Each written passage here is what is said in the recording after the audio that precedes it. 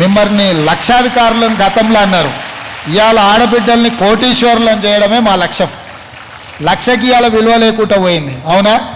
లక్షాధికారి అంతకుముందు ఎవరో ఊరికి ఒక 4-5 ఉండేది, ఆయన లక్షాధికారే అనేటోళ్ళు. ఇవాళ లక్షలకు పెద్ద లెక్క లేకుండా పోయింది. కాబట్టి అందుకే ఆడబిడ్డల్ని కోటీశ్వరులను చేయాలి అంటే మీ సంఘాలను బలోపేతం చేయాలి, మీ సంఘాలను అభివృద్ధిలో భాగస్వాములను చేయాలి. ఈ ప్రాంతంలో చాలామంది మహిళా సంఘాలు కందులు కొంటారు. ఆ మధ్యలో ఒకసారి మీకు నష్టం వచ్చింది కందులు కొని కూడా. అవునా? మళ్ళా తేరుకోవడానికి మీకు చాలా సమయం పట్టింది.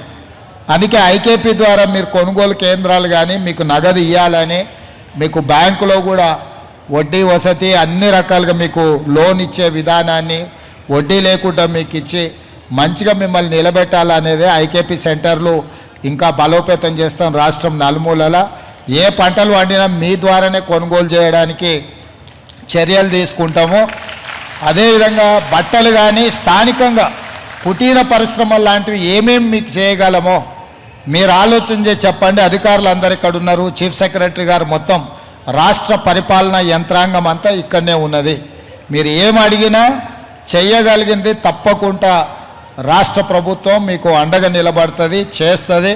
మీ సారే ఇవాళ పెద్ద కుర్చీలు ఉన్నాడు, ఏం కావాలన్నా అందరు పిలిచి, నేను పెద్ద కుర్చీలు ఉన్నా సార్ వాళ్ళందరూ మన కొడంగల్ మీద దయదలిస్తేనే ఇవాళ 5,000 కోట్ల రూపాయలు అక్కడ వరుసగా మనం అభివృద్ధి శిలాఫలకాలు వేసుకున్నాం. ఇవాళ 3,000 జీవో ఇచ్చిండి, ఇంకా మనం నీళ్లు పెరిగి ఇదవుతుంది. దాదాపుగా 4,000 కోట్ల రూపాయలతోని కృష్ణా జలాలు మనం తెచ్చుకోనికే ఉత్తమ్ కుమార్ రెడ్డి గారు ఈరోజు మనకు సంపూర్ణంగా సహకరించారు.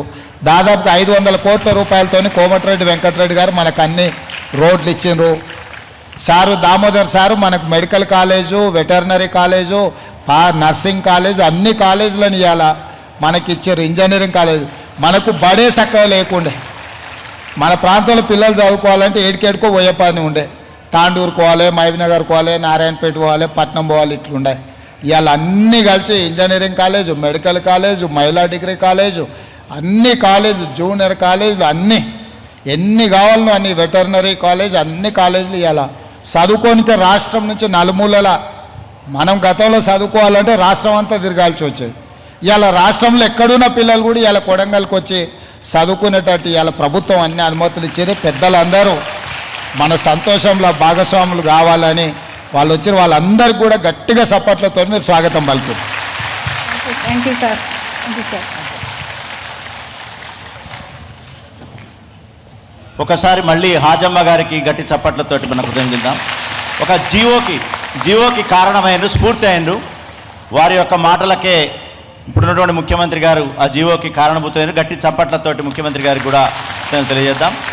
అదేవిధంగా ఢిల్లీకి రాజైన తల్లికి కొడుకే అనే సామెత ఉంది, ఉందా లేదా?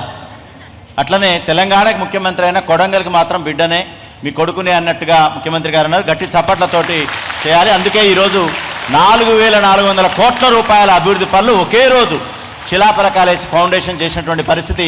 కొడంగల్ ఏ బాటలో వెళ్ళబో